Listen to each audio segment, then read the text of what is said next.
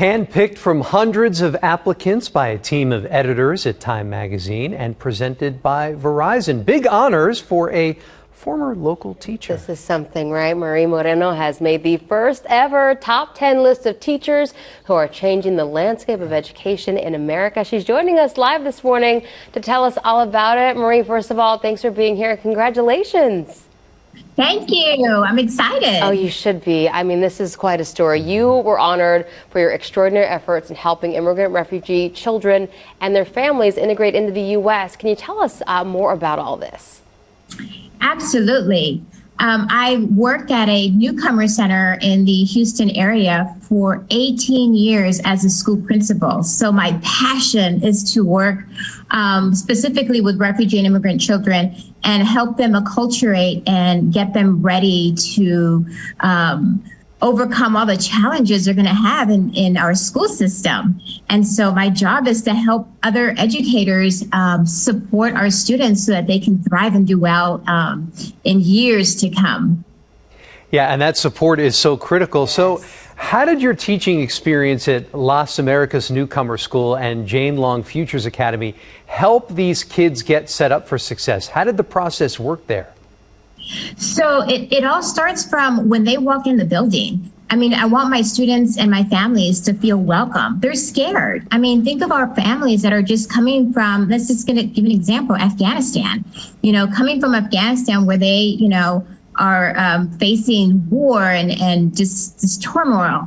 And so it all starts off with, a welcome smile and then start, helping them understand education and helping them support our other students there in the school. So it helps them by really working together as a family, working together as a group, and so really helping our teachers as well. So we make sure we help them understand their background, understand their language. Remember, our students don't speak English that are coming from Afghanistan. They speak Pashto. And so how do I support my teachers working with families who don't speak another language? And at Las Americas, we had 32 countries represented there, speaking 29 different languages. And so you can imagine the diversity.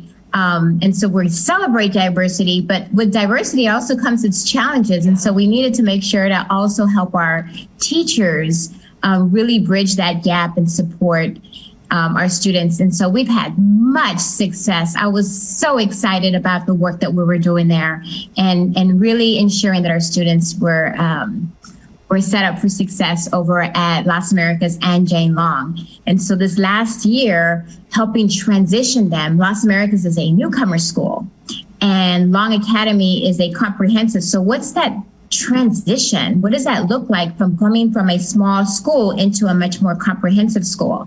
And so that in itself also takes some time. And so we've done a lot of great work and I'm so excited about the work I've done so far. And you certainly should be. We can hear the passion in your voice and how much this is so much a part of your life. What motivates you to be that bridge to help out these students and their families as they come to the U.S.? I think what really motivates me is the fact that I had the opportunity when I finished up my doctoral program. I went over to Uganda and I went to Chingwali refugee camp. I wanted to know what it's like to be a refugee.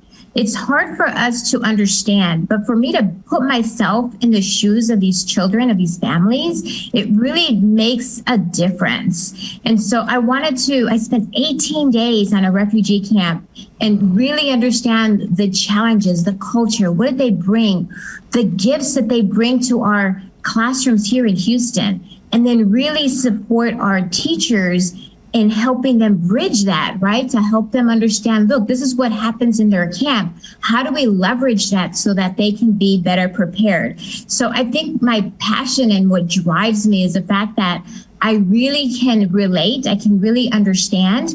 My goal is to go to Ethiopia this year in December to understand what Ethiopian life is about. I think it's important for educators to really understand where our families are coming from, and not everybody can travel. So I feel like I really want to do the greater good of the world, I guess, and really support people all over the country and help them understand how to help better support our refugee and our immigrant children. And being able to step into someone else's shoes really gives you a whole new perspective.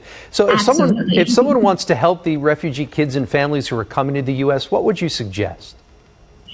You know, it's all about being patient. It's all about listening, and it's all about really taking into consideration some of the challenges that they bring, and then leveraging those things. So I tell people, compose a list of questions. You know, some of the challenges that they have.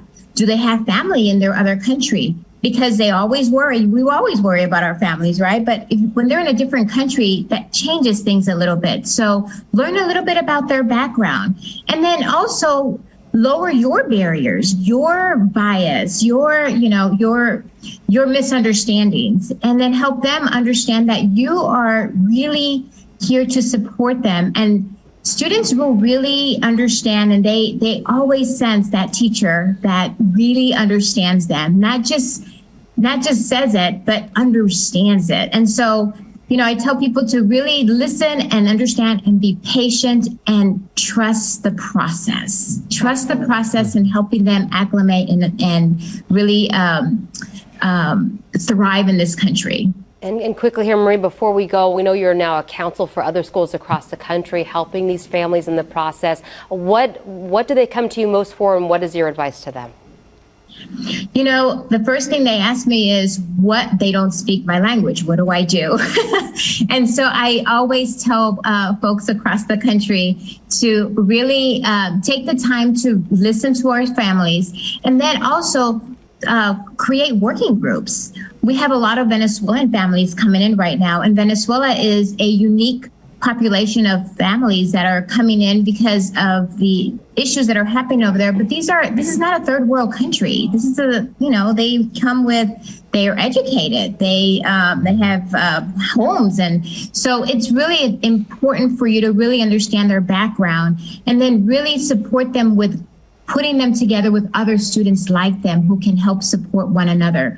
We kind of work together as a group. And so when families feel supported and they feel trusted, and they have that lower affective filter, that filter that we all have that really lowers the anxiety that we carry. If you do that, then that really then supports the learning, because then they want to learn. They're very, very resilient students. And so all we got to do is provide them with the right ingredients, the right classroom, the right environment, so that they can do well and even outperform even our students here in America. Yeah. It's remarkable. It really is incredible. Marie Moreno, honored by Time and Verizon as a top 10 teacher, changing the landscape of education in America. You are a gift. Thank you for all you do. Thank you. Now and in the years to come. We appreciate your service to our community. Congratulations again. Thank you.